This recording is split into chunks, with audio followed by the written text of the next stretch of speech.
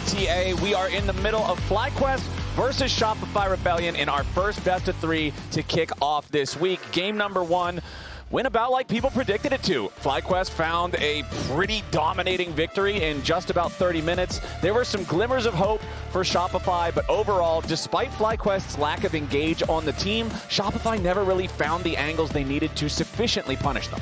Yeah, it's tough, you know, it's just Shopify, I feel like in almost every game they've played, you could take a moment in the game and screenshot that and say, who do you think wins? And if you turn the nameplates off, people would probably say Shopify. Like there's like always a time where you're like, hey, they could actually win from here, right? Like after they got that 4-4-0 mid lane and the other team has Nidalee top that doesn't have a big advantage, I feel like nameplates off, people would predict Shopify to win every single time pretty much from that spot.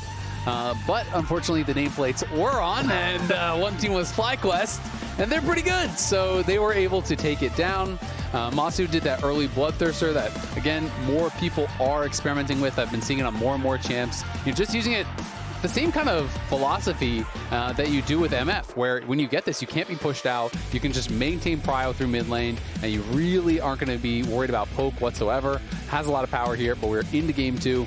And a lot of mid lane bans getting thrown out here by Shopify. Yep, Shopify are going to target quad with the Cassiopeia and the Rise ban. Over on the other side, interestingly, even though we had the sides swap this time, FlyQuest is doing the same first 2 bans that Shopify did in the previous game of Varus Vi, keeping those meta picks gone. So this is actually so interesting because I was talking to a couple of pros, and this is maybe like controversial or whatever, but a few people were telling me that they think basically like quad is getting too much credit for his current level of play, and that they were saying they thought he would be exposed once he's actually forced off of his couple mages that are his comfort picks, and he's having to play melee champs.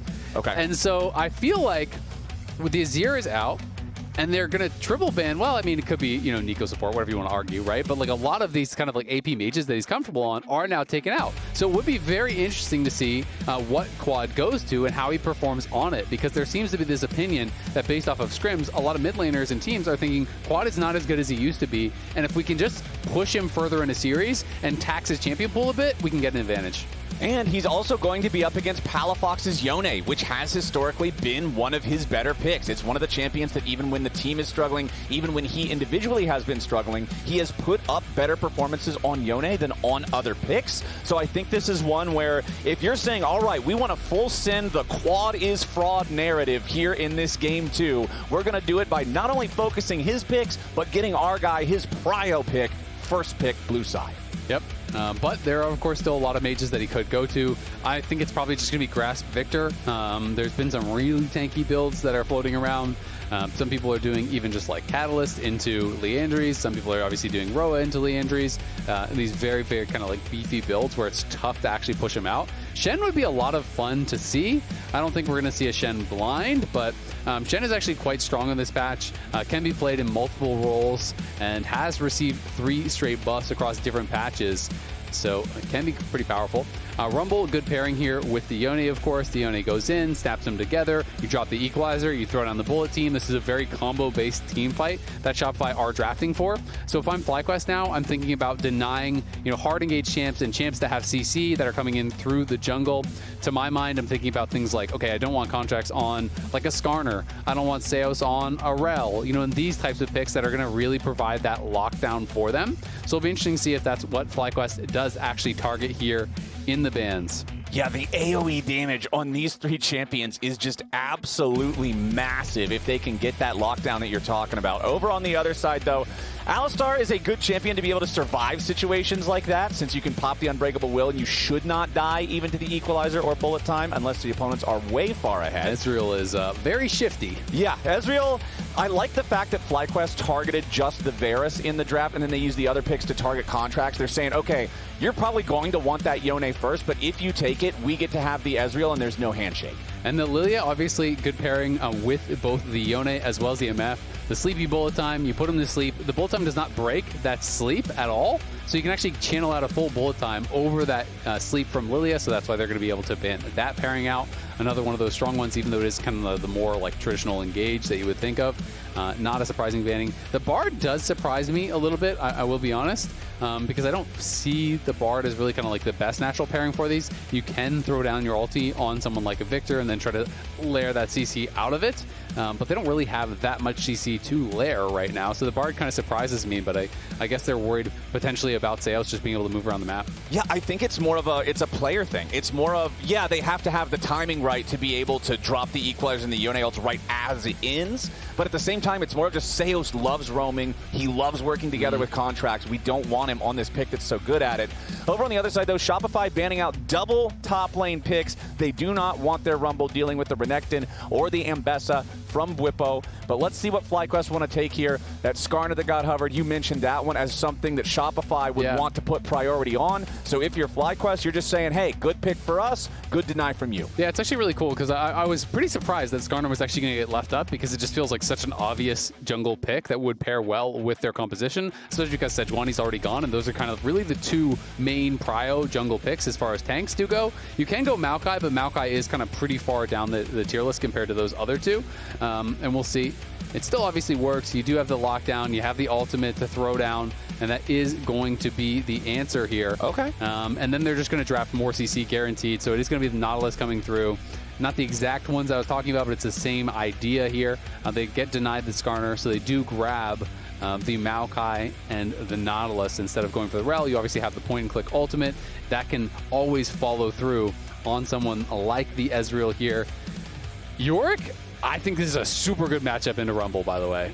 I think it is really good. So the fact that that wasn't banned out could be punished pretty heavily. It's interesting that they prioritize banning the Renekton as well as the Ambessa here as those protection bans for Fudge and not the Yorik, because, yeah, I do think this is actually a very tough matchup for the Rumble. You can get prio pretty early on if you're hitting your E's. You get access to the wave, you get those ghouls up, and Rumble really struggles to actually deal with those ghouls. He doesn't have a good answer for Cage either. You can kind of lock him down with the ghouls on him and just start beating on him. Yes, if you get behind on Yorik, you're always going to have those struggles, but I do think it's a really good isolated 1v1. Especially since Shopify banned out the Yorik pick in game number 1. They're aware that Bwipo is willing to lock this in. He's willing to use this in that magic bag of tricks that he has here in draft, and this time around, I'm not going to lie, I am excited to see how well Bwipo does with it. I mean, clearly they just weren't worried about this matchup. I mean, Jace is where he has brought it out before, and Jace is also where we then saw Castle bring it out. You know, in that matchup, that is kind of the one that I think more people are saying, all right, this is a good Yorik matchup. So maybe they actually don't agree with me, and they think, no, this is actually quite good for Rumble, or they just were more concerned about the other ones. All right, non-subscribers, we'll see you in 30 seconds, but for everybody else, Shopify's got to shake off that last game a little bit. Honestly, focus on the good points. Focus on the fact that, hey, these guys will make mistakes. They can still blunder. We got the big punish last game in the mid lane. It's just about having the more solid execution, the better communication. Like what you were talking about in the fights afterwards, Palafox going up to stop Bwipo split pushing in the top lane. What if he just comes down and plays with the rest of the team, and then you can get a big team fight win? What if the Otacon doesn't get stolen away? There's a lot of what ifs that actually have a lot of hope behind them for Shopify. Yeah, absolutely. I mean, the only kind of problem with it is that has been true for almost every one of their losses, but they have a lot of losses, right? And so, you know, at a certain point, you got to start closing out games, and that is where it is just really hurting for Shopify. Fudge is going to play Phase Rush, which is interesting. Obviously going to help you, you know, potentially kite out from and avoid some of this damage from Yorik. But that being said, if you get tagged by the Cage, and you proc your Phase Rush, it's not really doing anything for you. You still have to be able to actually punch through the cage before you can actually get really away. Fast into the wall. You're obviously hoping that you can proc the Phase Rush and then dodge the cage, or proc it, you know, early enough. But I'm just going to be interested to really watch that 1v1 top and see how effective the Phase Rush actually is, because it's unique with Yorik, right? You know, how this champion works is, you know, once you actually hit that CC of the cage, there's not really much you can do about it. And Bwipo has just played so many different champs, 8 different unique champions now. And this is, I believe, the 11th game, so he has a couple doubles, but pretty much he has been cooking. Castle as well has 8 different champs. Top lane, this is the best top lane pro meta I feel like we have ever had. I really have been enjoying it. You can play carries, you can play tanks, you can play AD, you can play split pushers, you can play, you know, AP team fighters. You can kind of play anything, and I think it is making it very interesting to watch. You know, some days when I'm really sad, Azael, I go back and I read the patch notes where they killed lane swaps just to remind myself that there is some good in the world still. And I think that this meta is a bit of evidence of that. Yep. We can have some Don't really look down cool at bot lane, matchups. you know? Now that they're, bottom lane, it's Ezreal Varus Town. Like, we're working on that. Yep. But top lane, I've been having a lot of fun watching these matchups as well. I love it when there's more interesting counter pick options available. And I'm also going to be curious, again, since we're on this new map, since Grub spawn is delayed from 6 to 8, how that's going to affect the early laning phase of this game, just like last one. Absolutely, and I mean, you can see already, like I said, you can get Prio in this matchup. Bwipo can get the push here. He misses with the goop, unfortunately, and that is actually pretty much, it sounds funny to say, but basically every Yorik lane is like, how many E's can you hit, right? Like, every good matchup is how many E's can you hit. I will say, like, ever since they actually changed Yorik, I feel like the AI changed on the ghouls, which makes it a lot harder to actually pressure for tower plates, because the ghouls now will ignore the tower and hit the enemy champions, which will draw tower aggro onto you. So it's very tough to actually ever walk up and just whack the tower itself. Whereas in the past, I feel like the AI was different, and you used to be able to do that. So that is one of kind of the negatives about this little mini reshaping or rework or whatever you want to call it.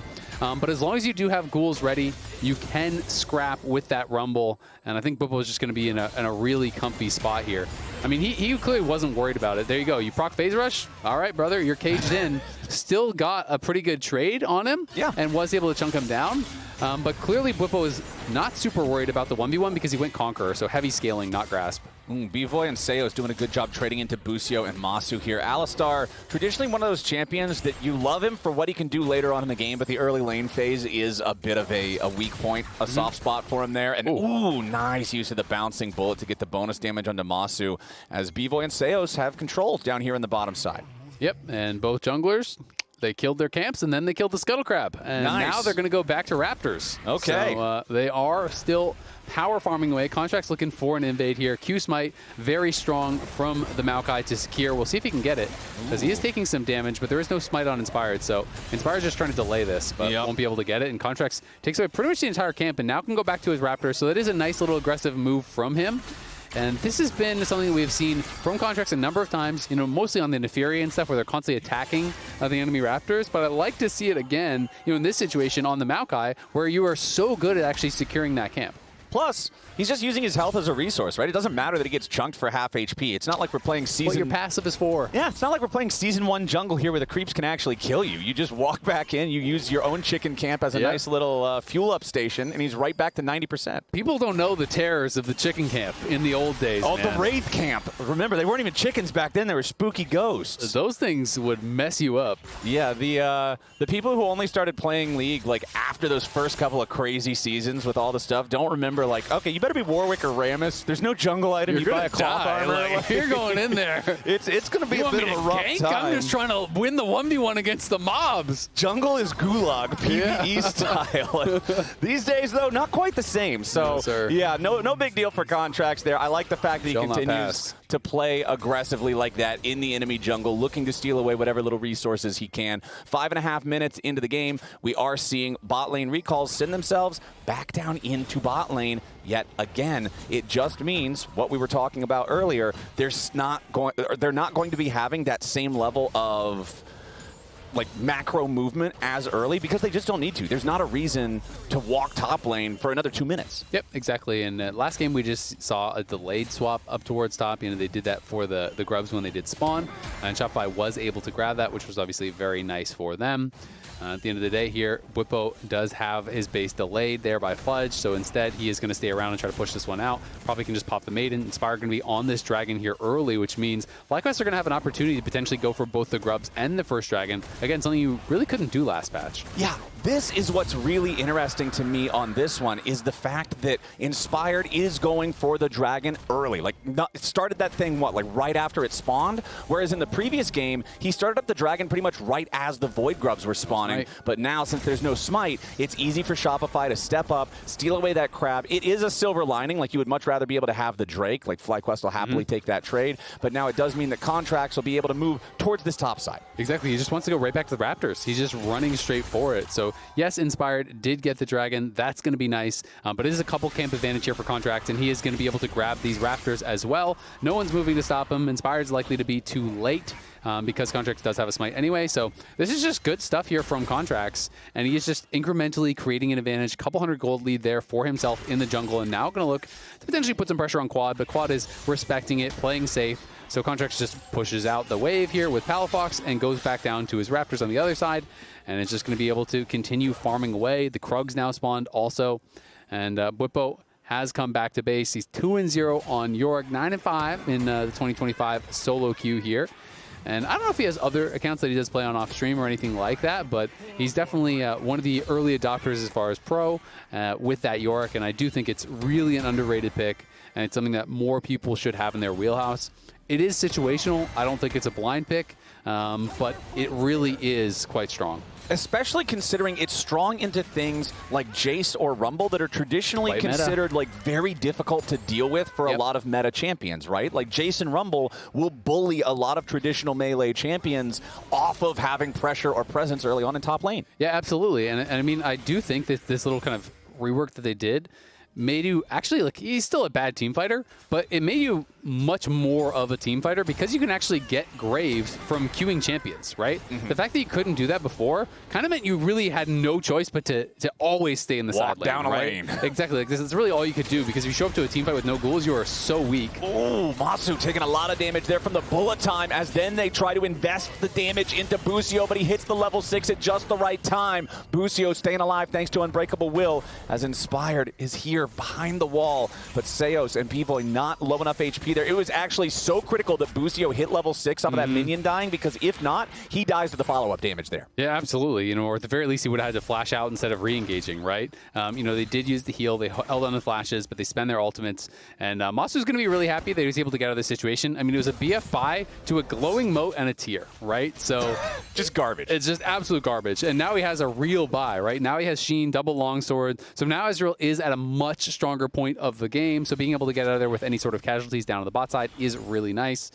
Definitely important to have some heal cut when you are playing against Yorik, especially if it is going to be Conqueror. Obviously more healing there. But you have a lot of sustain with your Q. So Fudge got the early Oblivion Orb. That is obviously going to delay his first item completion. But you can see Bwipo, he knows Inspired's on bot side. He has to play safe. He's just sitting back and trying to play pretty respectfully here. Does not want to overextend, get locked down, and die.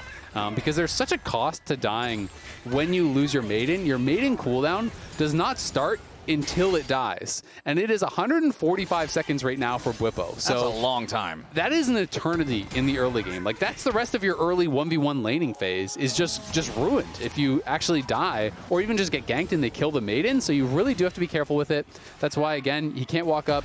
The little ghouls will aggro, but he is able to grab a plate. And then you walk back and you leash your Maiden to make sure that it's not overstaying and getting hit by the tower and getting poked out.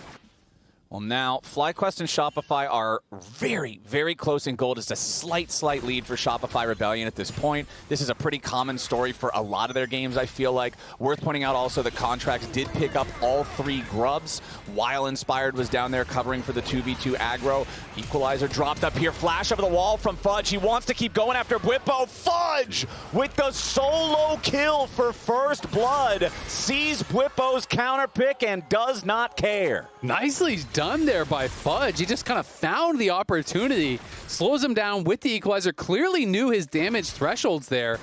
Like, he doesn't even have as much combat power as far as the buy, but this is really well done as far as, you know, getting the poke down onto Bwipo. As soon as the E misses, he knows Bwipo can't really fight him, so he just drops the equalizer. Yes, it's a nice cage there from Bwipo, but it doesn't matter because he's already slowed down by the Electro Harpoon. The Phase Thruster's proc, he just flashes over the cage, and it's able to finish him off there. It is such a window of opportunity. Every time Yorik misses the E, he is vulnerable, and Fudge is able to punish there. That was... Can he get him with the cage? You can actually bump him with the cage. Oh, that was...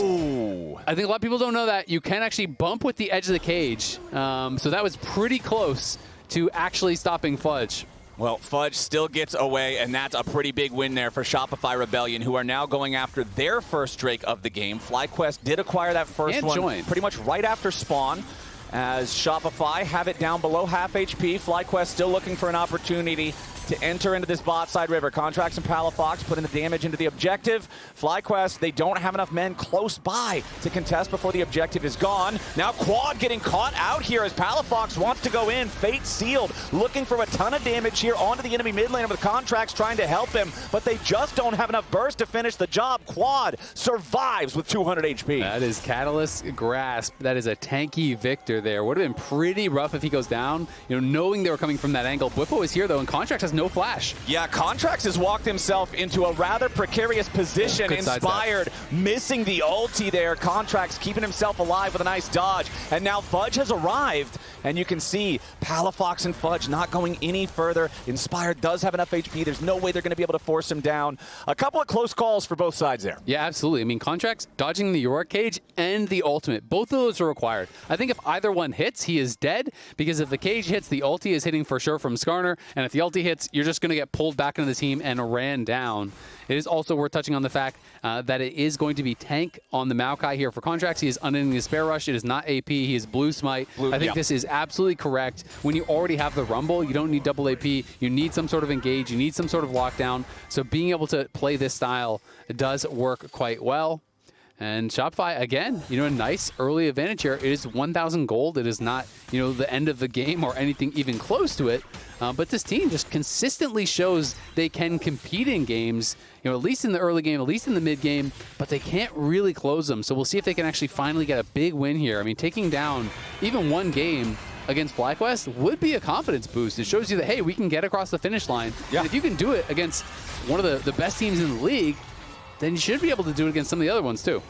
Well, we've got a minute and a half until Herald spawns, so we'll see how well FlyQuest can shut down Shopify's current momentum at that objective. I feel like Rift Herald is kind of the line where we hit the point of Shopify starting to get a little woozy when they have a lead. Generally, after the Herald is taken or completed, that's when things can start to get a little messy. They're still on their first beer. Yeah, exactly. The Herald is the night second. Is young. The Herald is the second beer. That one's the one. Otacon is where the tequila shots come out. That's where things start to get a little bit. Can't even remember what happened. A little bit tricky. You just ended up at the lose screen. You wake up in your own fountain. What's going on? Why is the Nexus on fire? But Palafox now could be in a little bit of danger. Has to use Fate Seal to try to get away as Busio wants to cut off that escape route. Does find a nice headbutt pull. Forces the flash out of the Yone. So that's ult flash down on Palafox with only 40 seconds until the Rift Herald spawns. Even if Shopify wants to go full 5v5 for this, those are two massive tools on the Yone they don't have available. As Fudge now going to find Bwipo walking back into the lane, who does hit him there with that Morning Mist, I believe is the name of it, as Contract's going to lead the way. They want the dive. Fudge going in for the flash again. Bwipo getting cooked. Contracts taking the kill. And Shopify Rebellion make the dive work. Yeah, that was actually really close. I think if Bwipo actually focused his damage onto Fudge, he probably would have just gotten the kill onto Fudge. Contract's always going to reset the aggro with his W when he gets low, so it's very hard to finish him off afterwards there. But Bwipo narrowly is taken down, can't get a counter kill. That definitely hurts. Again, he loses the Maiden, so now he is maidenless up in that top lane for a couple minutes. Not the way you want to be, Mr. Gravekeeper. Nope. Not the way you want to be. Palafox right back into position down here in bottom lane as Seos finds a dredge line nicely onto Busio, who does not have Unbreakable Will on the Alistar, so he's forced to flash over the wall to get away. That is a big summoner spell to get from the Alistar. Unironically, that was a ward placement diff there. So FlyQuest had the pink ward on the very edge of that side brush, so it didn't spot the ward that Shopify have on the very other end. If you place it, it doesn't actually see from the full side to side, so he had vision on him, and then Seos is able to get that hook as a result. Fudge getting aggressive, but Inspired is here this time. Yeah, this time it's FlyQuest who are bringing extra firepower into the top lane battle, and Fudge will get shut down. Money over in Bwipo's pocket as bullet time doesn't get enough. Seos trying to keep Bwipo locked up inside that ultimate, but Bwipo with the flash gets away. Yeah, I mean, it doesn't get a kill, but it does get 2 flashes. So that bullet time's still very high value, and I think this was a needed gank for Bwipo. You cannot allow your Yorik to just get pounded by ganks in a side lane. Like, if he keeps dying, he's not going to be relevant, right? Like, you don't just come back in the game as Yorik by going to a team fight. You need to be relevant in that 1v1. You need to be able to threaten towers.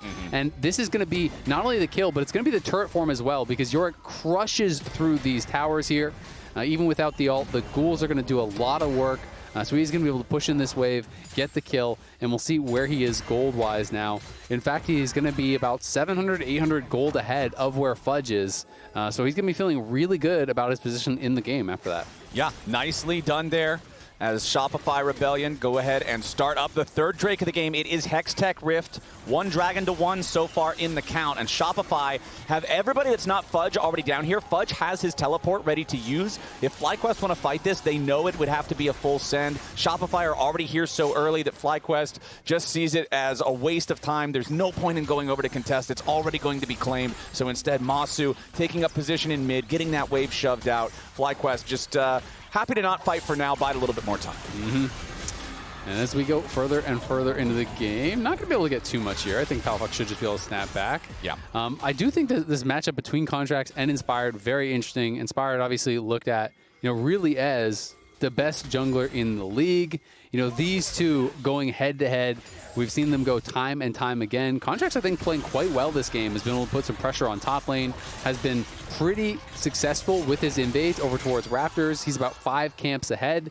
And you can see, as far as, KDA, as far as kill participation, he's involved in everything that Shopify does. This guy really is the engine for Shopify. It feels like if Contracts is having a bad game, nothing is happening at all for his team. So, it's a lot of pressure on his shoulders to make things happen. You can see the career head-to-head, obviously really favoring Inspired, but I feel like if there is a way to win, it is Contracts having a good game, and I feel like he's been having one so far here.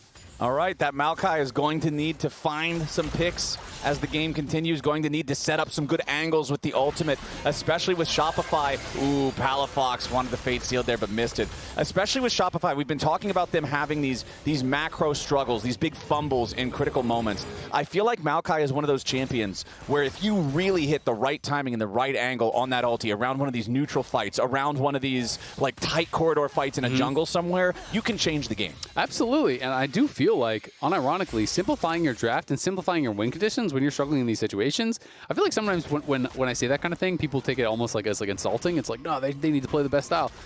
Their comp is pretty much point and click ultis, throw out all your ultimates on some squishy people. Yeah. And it's pretty straightforward. I think it is actually really strong. These drafts can be very effective. If you can lock down Massu or Quad in a team fight, Rumble ulti, Yone ulti, Bullet Time, Nautilus ult, Maokai ult, so much CC, so much point and click damage. It is a recipe for success, so we'll see if they can actually pull it off here. But they definitely are in with a chance in this one. They've gotten the last 2 dragons, so they are up on objectives here. And they are close to feats. They're 1 kill away from potentially getting those feats. All right, let's see if they can get it done as the Herald is summoned up in mid lane. 1 charge, I would think, takes this turret down, or at least it's close. Nicely done there to pick up that turret. Sadly for them, it's not the first one of the game, so charge an auto attack. We're not. No, a charge is definitely not an auto attack. There's no way. That is 100% a spell. It has a cooldown. Shelly's only allowed to use it once per turret. Is it a spell or? It is a jog, spell. It is a spell. Shelly's just out for an aggressive run. That is a spell. Is running a spell? Run it? No, you are using words incorrectly. If I run into the wall, is that a spell? In a ridiculous manner.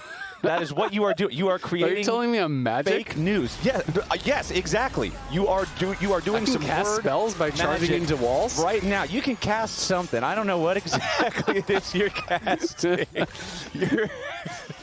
I feel like I've got you painted into a corner on this one. I'm not gonna lie. You're doing something over there. We got about a minute and 30 though until our next dragon is live. Shopify have taken both of the last 2 without a real contest from FlyQuest, and I feel like it's kind of FlyQuest waiting until this clock has a 2 as the first number, because that is the Shopify blunder zone. Yeah. And it's like FlyQuest is just saying, okay, early on, we're not going to play into the part of the game where they're strong and they're able to find the macro moves they need to. We're going to wait until the pressure starts to mount a little more. We're going to wait until the part of the game where they normally get a little bit nervous, and then we're going to make a move. And I will say, unlike AD Nidalee, AD Nidalee can split push, can't really put on nearly as much threat. If you ignore Yorik in a side lane, all of a sudden your base is gone.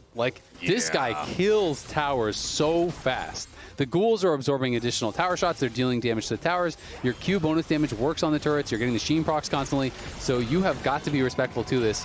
Right now they have Palafox, who is over there trying to answer. I think at this point they don't really want Fudge lined up in that 1v1 because if he overextends, he could get ran down by the Yorik or killed off by a potential gank. So it's safer there for Palafox. Ooh, and nice. he is able to grab that. Nicely done by Palafox. Grabs the blue, grabs that Gromp as well. Knows that would be folks. They could actually look for this TP. This is dangerous. Yeah, that's Quad arriving, but luckily Inspired was right behind him. If Shopify did try to go after this tanky Viktor with Rod of Ages and Leandries, they wouldn't have been able to kill him before Inspired arrived with the Ishtal impact through the wall, follows it up with an Impale. Could have gone very badly, but Shopify have control over the bot side river for now. FlyQuest, however, bringing some manpower down here to try to contest it. Both AD carries are in the neighborhood, but neither is here yet. You can see Massu making his way down with the portal, while Bvoy shoves up the mid wave. You can see Palafox just went back to base. He has the teleport available, and he just got his shield bow. So will he actually go up towards top? He's going to go and answer, and then look for a TP angle if they need him. They're going to try to 4v4. Okay, the Dragon is aggroed, but no real high DPS onto it. Going to lose patience, go right back to the pit. Bwipo is Sterix purchased, walking down mid lane. Yeah, they're trying to delay for Bwipo to get the mid lane push so he can actually join without having the TP. Palafox is also moving now, but Palafox is a little bit closer. It's very, very close. Okay, True Shot Barrage fired off by Massu, but he doesn't find a whole lot out of it just yet. Little bit more as the Maokai ulti flies through, but they only engage onto Inspired. Seo's having to get back away as Bwipo joins into the fight. Quad's off on the side, the bullet time over the top, looking to shred through the Dragon, but it's going to be slain by Contracts on Shopify, as now they have to scramble to try to get back to a good position. Palafox, Fate sealed back over the wall. Shopify Rebellion take the objective and disengage with no deaths. Yeah, the question is, can FlyQuest force the Otacon? And it looks like the answer is they're going to try. Bwipo is starting this up. Yorik can solo this thing. He lost his maiden in the fight, which really does suck. It's going to reduce his damage a lot, and they are aware of it, so he's going to have to pull off now, but it's kind of still leashed. Now there's an opportunity potentially for Shopify to say, you know what, we're just going to take it. We're just going to say thanks for the leash and try to start this up. Will they keep it aggro? The Ghoul is doing a good job of it, and now, yeah, Contracts has moved on. He is hitting this thing, so now FlyQuest has got to get back out on the map and try to stop him. It's getting down. FlyQuest is making their way over, but the Otacon is burning very quickly. Shopify Rebellion already have it down to 2,000 HP. They still need a little bit more damage, and Thornbound Otacon is going to be claimed by Contracts and Shopify Rebellion. Now Seos is getting locked up as Contracts tries to use Quad as an escape mechanism. Shopify have lost their support, and surely more bodies are going to hit the floor. Fudge wants to take one with him, and he's going to claim the feat of warfare to do it. Palafox falls here too, so Shopify lose 3 men, but critically, they get 3 kills before FlyQuest does. It earns them the feat of warfare. Fudge dies a hero, and Shopify take the objective. He's getting a statue for that one. Turns around, gets the kill with the overheat onto Bwipo, and Bwipo's ghouls really kind of backfired here. They kept it leashed for so long that allowed Shopify to get over here and say, you know what? They all reset. We just start this. Even with the gates, it's too slow. The Hex gates are trying to get them out there in a hurry, but Inspired isn't here. Bwipo has no ult. Busio is going to pop the ulti early to try to get in, but it's already secured. Inspired arrives in the back line here, and this is where things obviously going to get really tough for Shopify. Seos goes down. Everyone has bought. It's just a full-on run here from Shopify, but Bwipo turns around, trying to fight Fudge. Fudge overheats, takes him down, gets that kill, grabs them the feat of warfare, and it is a very even game. My bad. I think I should call stronger. I think I should carry that fight. My bad. Yeah, Palafox has his 2-item spike, so felt he could have done more. We'll see if they can get him here. Okay, now Busio getting locked up at the very start of the fight as the bullet time flies out. The FlyQuest support barely getting himself away as now Contracts has to be careful here on the right side flank. Low HP on Palafox, Contracts, and Busio together. Quad also chunked down to half. But with FlyQuest having stronger health bars overall, Massu wants to use the momentum to try to take down the tier 1 turret here in mid lane, and FlyQuest will do just that now. Slightly over a 1,000 gold lead for them. Yeah, and we're seeing Shopify do a really good job of actually just stalling out Bwipo in the side lanes. He hasn't been able to really progress the game a tremendous amount. Hasn't been able to take down a tier 2 tower. That is where the game can really blow open. If you can get early tier 2s, it's such a big boost of gold that it can get tough. But Fudge maybe going to get chased down here. Yeah, Fudge has been caught in the cage, but now Palafox is ready to assist his top laner. Bwipo ends up falling before he can get the last Q to take down the enemy Rumble, and Palafox saves the day. Yeah, that sucks there for Bwipo. Again, not only do you die, you lose the ulti, so now you're not going to be strong on the map for quite a while. If he wasn't there, if Palafox doesn't make that roam, maybe you get the kill. Maybe you push for the tier 2. That can be really big for Bwipo's game. But instead, great roam there from Palafox. Gets down, changes the fight, saves his top laner and puts Bwipo in a pretty tough spot. Because Shopify are less than a minute and a half away from a potential Soul, and that is a Hex-Tech Soul. Yeah. That could be a major win condition for them. The gold pretty much dead even, but the objectives are in their favor, the feats are in their favor, and you're seeing they're even getting some of these early upgraded boots. It is 500 gold, it's a lot more effective now, so Fudge has already grabbed his, Palafox has already grabbed his, and that gold graph, back and forth, it looks like these big swings, but honestly, it's only, 1,500 plus and minus, so, even that cliff right there is like, 1,000, 1,500 gold swing. It's not that crazy, but it is really on a knife's edge.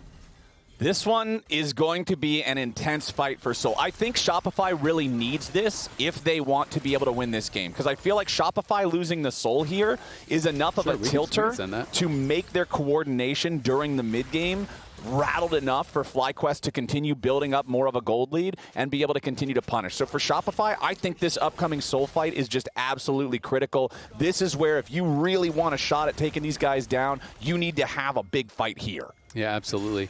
Bwipo went up to the top side. If we can get a quick shot of the top lane minion wave, if there's not going to be a fight here. Oh, they're going to engage, never mind. Yeah, never mind. We got Contracts under a little bit of pressure as FlyQuest are ready to rally around this mid lane, already committing the teleport from quad because they want to make sure they can move over as a powerful unit to establish control over the bot side river. But Palafox is ready to arrive here on this right side flank. Bwipo also marching down the bottom lane here, gaining priority over that. He has the Maiden up again as the rest of Shopify squaring off against FlyQuest. Look at top lane. Around the side of mid. Top lane, yes, the big wave colliding with the tier 2 turret as the shots continue getting thrown back and forth. Maokai ulti to disengage as Shopify are looking to fall back. They want to claim the Drake, and they've already found it. Nicely done from Shopify Rebellion now with a Hex-Tech Soul. Equalizer flies down over the top as it stops FlyQuest from approaching in time. Fudge is forced to flash over the wall as now Contract's in a little bit of danger, going to get chased down. They need more damage onto the enemy jungler, but they aren't going to find it. Nice bullet time in the clutch. Huge for Shopify as Fudge takes the kill, but it was Bvoy bringing the bullets. Nicely done. They'll take the kill, they'll take the Drake, they'll take the Soul, they'll take the fight. Shopify Rebellion, get it done. That was huge there for Shopify. Grabbing the Hex-Tech Soul is going to make things really difficult for FlyQuest. That is such a big injection of power into their team, and now they're just pinging over onto the Baron. Inspired is still dead for 20. I think they maybe want to try to make a move onto this. Bvoy is over here. There is a blue ward on it, but they're just starting it right now. They're even going to TP in. Contracts has got to get over here as well. They're going to fully commit and just try to force the Baron. Okay, so the big thing is there's no ults on Shopify right now. Even though they are in a 5v4, FlyQuest, they will not be punished in these tight corridors like you would normally expect from this composition. But the Baron is claimed. Shopify Rebellion. I wanted to see mid-game calls. I wanted to see macro moves. I wanted to see coordination. And right now, they are delivering. Yeah, that was really decisive there. They win the fight. They get the kill on Inspired, who barely was missing his flash with that bullet time. And they say, you know what? We're not going to sit on just that advantage. We're going to force the Baron. They go over there. They realize that FlyQuest isn't in a position to contest or even really delay.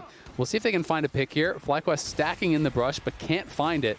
And now things are going to get really tough. You're dealing with that Baron buff. Bwipo can't really just push out in the side lanes. They're going to look for an engage. Oh, immediately Contracts jumps into 4, opens up some space for Palafox to follow up with a nice fate seal. The Equalizer comes down over the top, but nobody on FlyQuest is dead just yet except for the Maiden. Seos does not hit the dredge line onto Busio, and now he might pay for it with his life instead. Seos, so very low. Inspired ends up getting the kill on him as Shopify now have lost the fight and have to back away. A little bit more damage from Massu could seal the fate of Contracts. Palafox wants to cover for him, but a beautiful essence shift coming out from the Ezreal. Massu making sure there's 2 bodies in the dirt wearing Shopify jerseys, and FlyQuest immediately punch right back. Yeah, that is huge. Being able to wipe off some of those Baron buffs, really stifle the Baron push completely there. But Shopify, I feel like they just got a bit overeager. You don't need to force that fight in that position, but they clearly thought they were in a good position. They thought they would be able to actually win the fight, with the Baron buff, having just bought. So Contracts just kind of forced the issue, and FlyQuest survived with really low health bars. Massu's able to chase them down afterwards. But you can just push the waves. You can play for that. And Contracts, while he gets a pretty decent engage, he's very separated from the rest of the team, and Fudge was not there yet. Oh, Fudge, he's right there, though. Quad is just burned to a crisp. Well done by Fudge. Yeah, Fudge getting a really big kill there, but yeah, Contracts engaged, but Fudge was not in position in that last fight, so by the time he gets there, the fight was already kind of decided, so just got way too overeager.